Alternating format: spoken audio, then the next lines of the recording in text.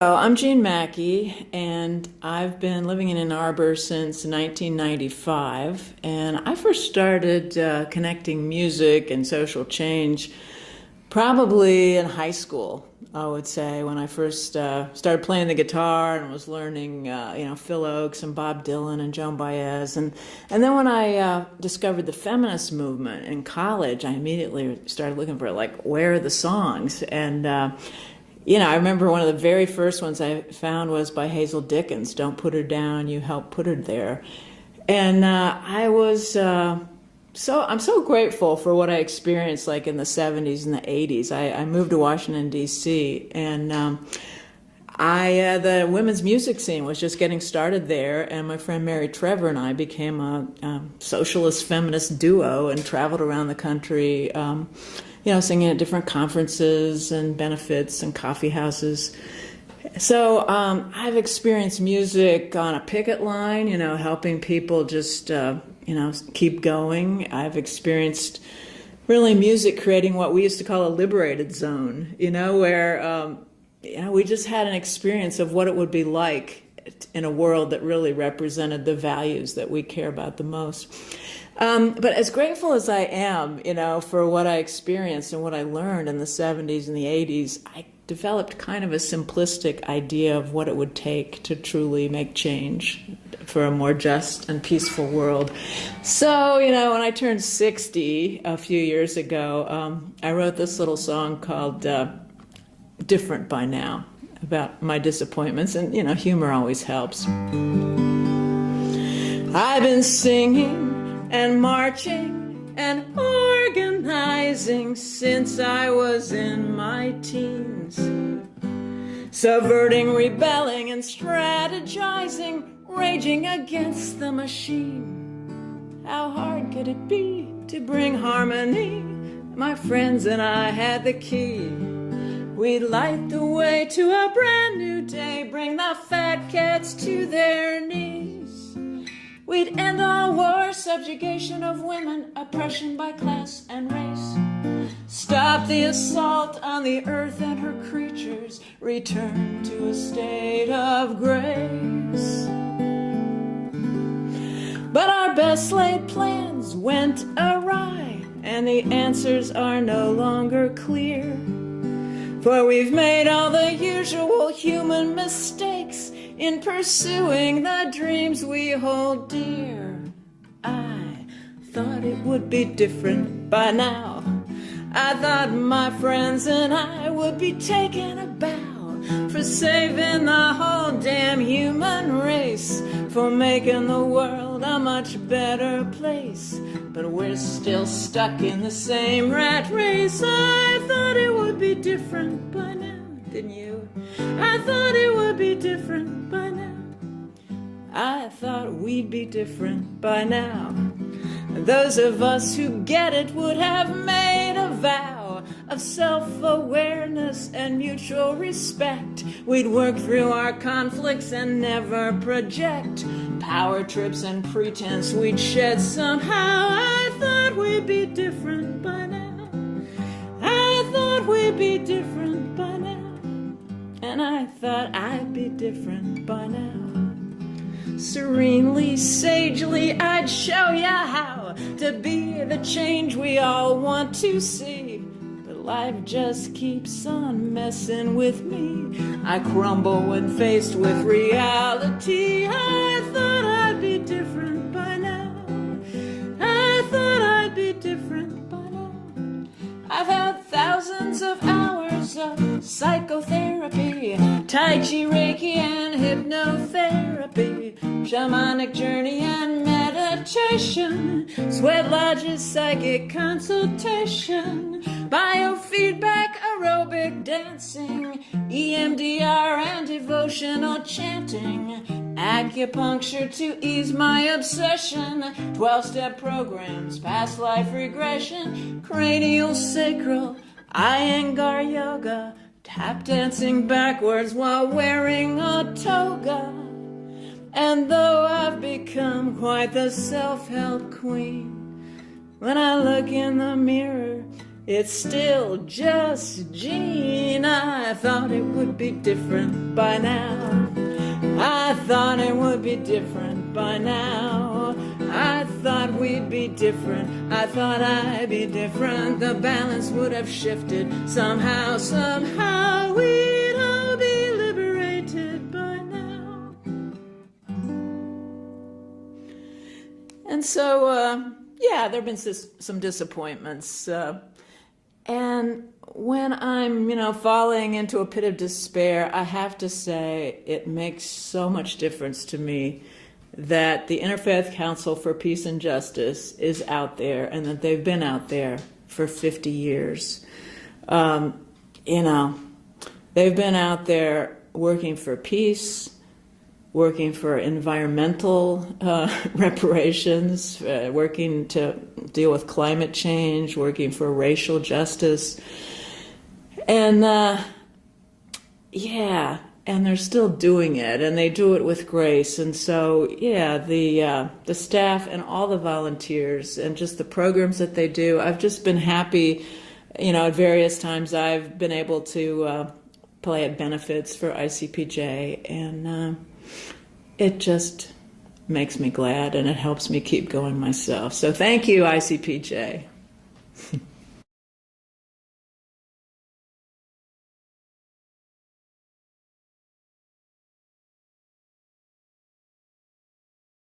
I moved to Ann Arbor in 1984, and I had been living in Flint for a number of years and had been involved in the local Interfaith Alliance in Flint, and was looking for a similar kind of organization when I came to Ann Arbor, and was initially not drawn to working as much in a faith-based way as I had done in Flint. There were so many other opportunities to work on a lot of different social issues that it took me a while to sort of find my way back to ICPJ.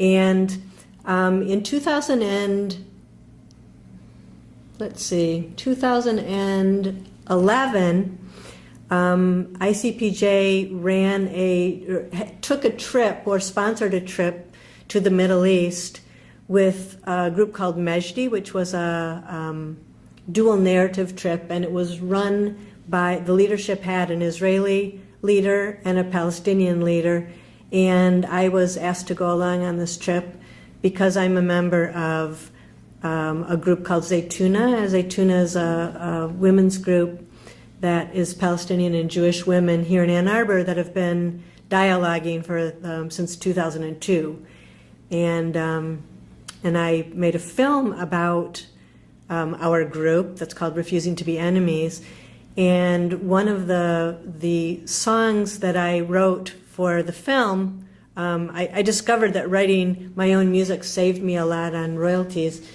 So I started doing much more songwriting at the time that I was doing filmmaking. So this song is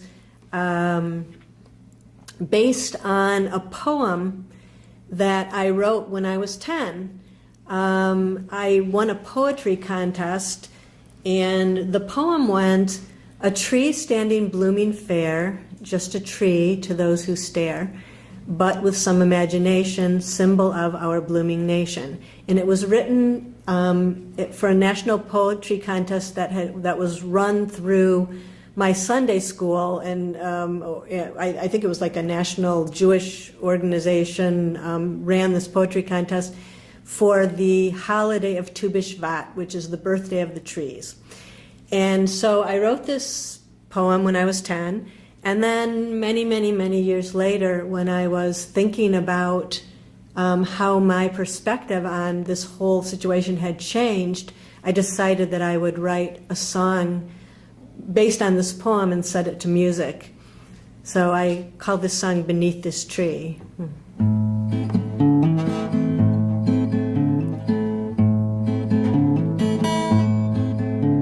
A tree standing blooming fair, just a tree to those who stare, but with some imagination, symbol of our blooming nation.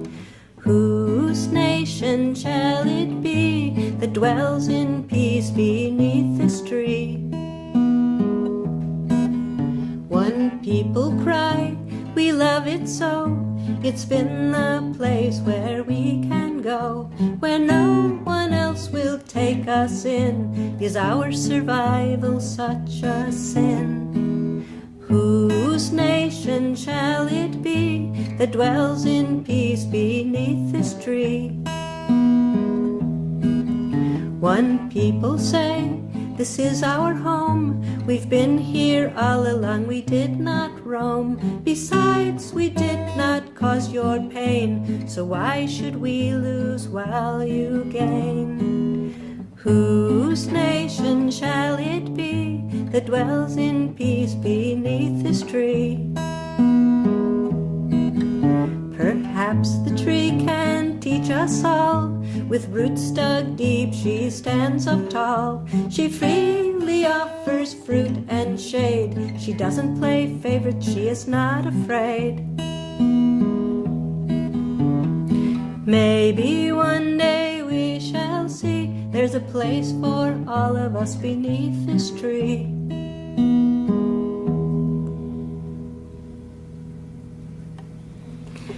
And the other thing that has been a really impressive thing to me about ICPJ is that it's been kind of a big tent where all of us who have similar values can gather. And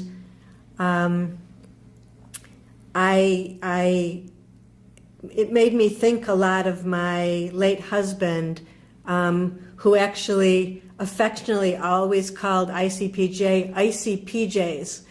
And he wrote a song. He was a physician in Flint for many, many years, and then he was the director of Medicaid, the medical director for Medicaid for the state of Michigan. And when he was a physician in Flint, he used to go around to his various patients and say, what does a rooster say in your country? And people would look at him quizzically, and then they'd tell him what the rooster said, and this was the resulting song, which called the Rooster Song. His name was Jack Stansler. The rooster from America, he has a lot of fun when he gets up each morning just to greet the sun with his cock-a-doodle, cock-a-doodle, cock-a-doodle-doo. Cock-a-doodle, cock-a-doodle, cock-a-doodle-doo. The rooster from the Philippines, he has a lot of fun when he gets up each morning just to greet the sun with his titi-lauk, titi-lauk, titi-titi-lauk, titi-lauk, titi-lauk, titi-titi-lauk. El gallo de México saluda cada día, solo la mañana canta todavía con su kikiriki, kikiriki, kikiriki, kikiriki, kikiriki, kikiriki. The rooster from Japan, he has a lot of fun when he gets up each morning just to greet the sun with his coca-coco, coca-coco, coca-coco, coca-coco, coca-coco, coca-coco. The rooster from Vietnam, he has a lot of fun when he gets up each morning just to greet the sun with his eki-ek-ek, eki-ek-ek, eki-ek-ek-ek.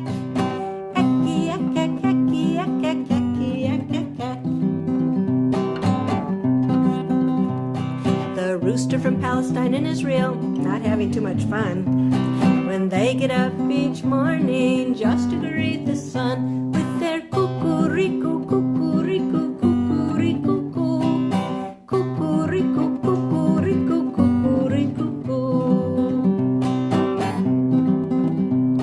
Although their songs are different, all roosters are the same, and so it is with children of different race and name. So it's hello brother, hello sister, hello how are you? Cock-a-doodle, cock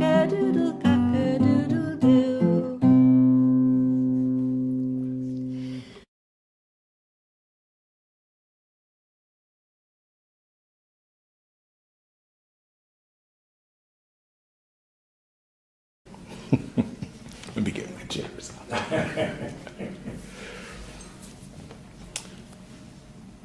I've been blessed by the hands of 1,000 healers, softening my way, softening my way. I've been blessed by the hands of 1,000 healers, softening my way to thee. Joy, joy is in my heart, joy is in my heart, joy is in my heart. Joy, joy is in my heart, joy is in my heart, joy is in my heart. There's an old expression that comes from Western Africa. It goes like this: if I stand tall, it's because I'm standing on the shoulders of my ancestors.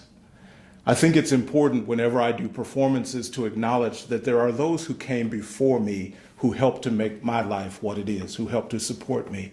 And I always extend that expression not just temporally, but laterally as well, because there are those whose arms are around me who help to support me while I do the work that I do. Very important to acknowledge that.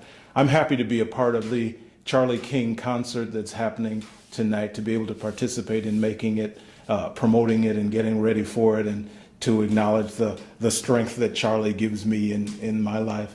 I'm also happy to be a part of the Interfaith Council for Peace and Justice.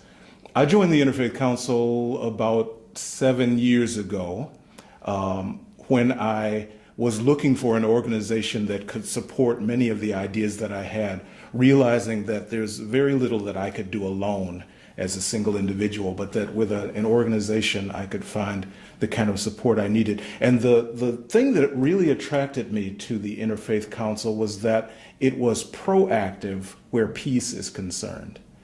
Quite often, people conceive of peace as the simple absence of conflict, the simple absence of violence. But I always thought of peace as a set of principles, ideas, and conditions that we live by, that in our everyday lives we put forward and not simply work against something that exists. So I like the idea of a proactive kind of peace. I think of power, the way that it's currently conceived of, as being cemented, tied, connected to ideas of hierarchy and violence. That power is conceived of as force over others. But there can be a different notion of how we exercise power. We can think of it, as I do, in that lateral strength. Power to support each other, power to build rather than to destroy. There's a story that comes out of Western Africa, and it goes like this. A long, long time ago, the great creator, Nyame, wanted to give all of the animals special gifts. So Nyame had all those animals gathered together in a great big line, and one by one, they were to walk in front of Nyame and receive their gifts. Now at the front of the line were the fish, and they were given the ability to breathe underwater. That's a pretty good gift. I mean, I might want to be able to breathe underwater. The fish were lucky to get that one. They were at the very front of the line. Right behind them were spiders. And the spiders were given the ability to spin webs, complicated, fancy webs, which was also a wonderful, wonderful gift. Well, now behind the spiders and the fish, the other animals began to feel that maybe the best gifts were being given out at the front of the line.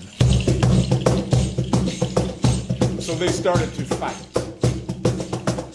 Animals were biting each other and kicking each other and knocking each other down. It was terrible. It lasted probably about an hour. But then there was one small animal back toward the back of that line who started to calm the other animals down. That one small animal began to run around and make sure that the other animals got back in line. And pretty soon, order was restored, and one by one by one by one, those animals walked in front of Nyame to receive their gifts. Well, now, when the line had thoroughly exhausted itself and that one small animal came up before Nyame, Nyame said that because you helped to settle that fight, I'm going to give you not one gift, but two. And that's how it is that human beings were given not only the ability to think and reason, but also the ability to speak. Humans are the only creatures on earth who can actively wage peace. So I always admonish, I always ask, I always plead with my audiences to remember that special gift that we have that was given to us so long ago, and use it to wage peace. That's the end of that story.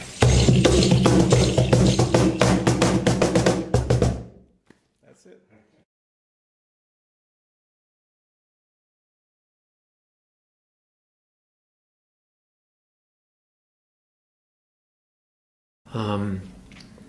I think that one of the reasons why I've been a good fit over the year, or why ICPJ and me are a good fit, is my repertoire as a performer is really based around issues of peace and justice, and many of the same issues that ICPJ deals with on a regular basis. So not only am I able to come in and put together an evening of entertaining music, but also address a lot of the issues that are on the agenda for ICPJ.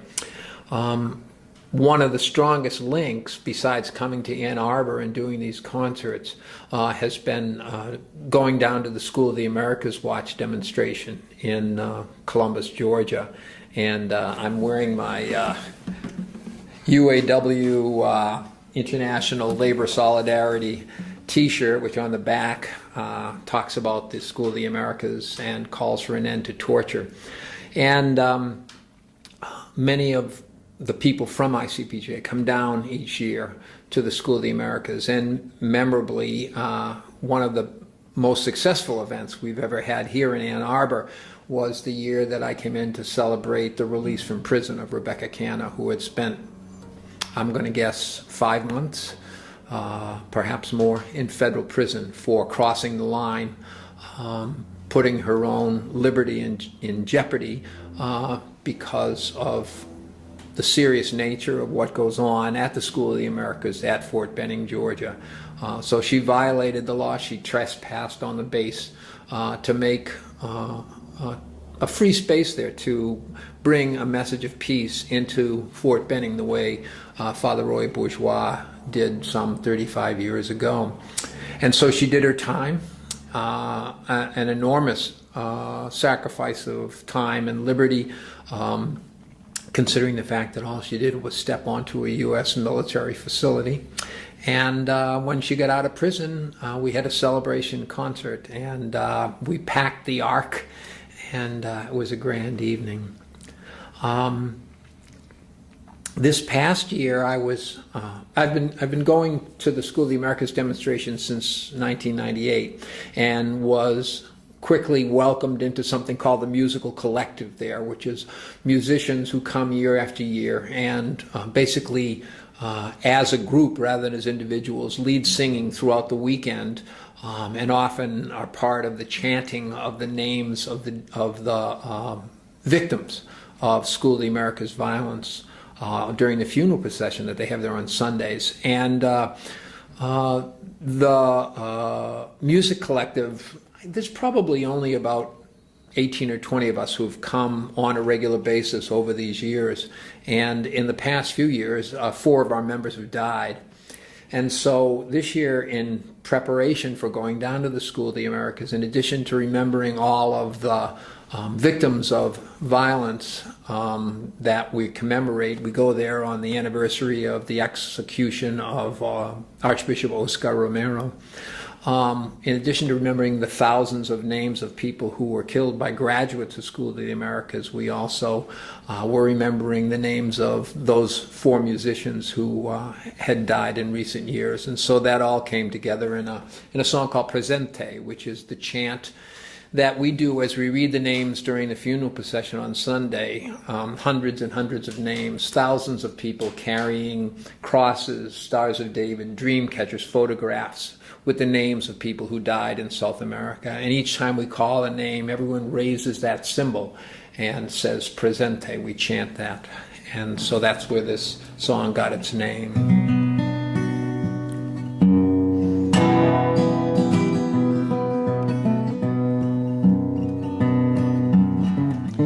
Again we gather at these gates to read the names of those who died. We raise our hands and raise our voices, cherishing their lives. We cry, Presente, we remember. Presente, you are here. Presente, we will carry on. Presente, Presente. As children, we all learn the names of those to whom we owe a debt. But SOA has different rules, a school that wants us to forget. Presente, we remember. Presente, you are here. Presente, we will carry on. Presente, Presente. Oscar Romero preached the word that Father Roy one night delivered. Rufina Maya spoke the truth till truth was flowing like a river. Presente, we remember. Presente, you are here. Presente, we will carry on. Presente, Presente. Pete Seeger led us here in song, John Fromer standing at his side, where Karen Brando raised her voice. Jolie Rickman sang and cried, Presente, we remember. Presente, you are here. Presente, we will carry on. Presente, Presente.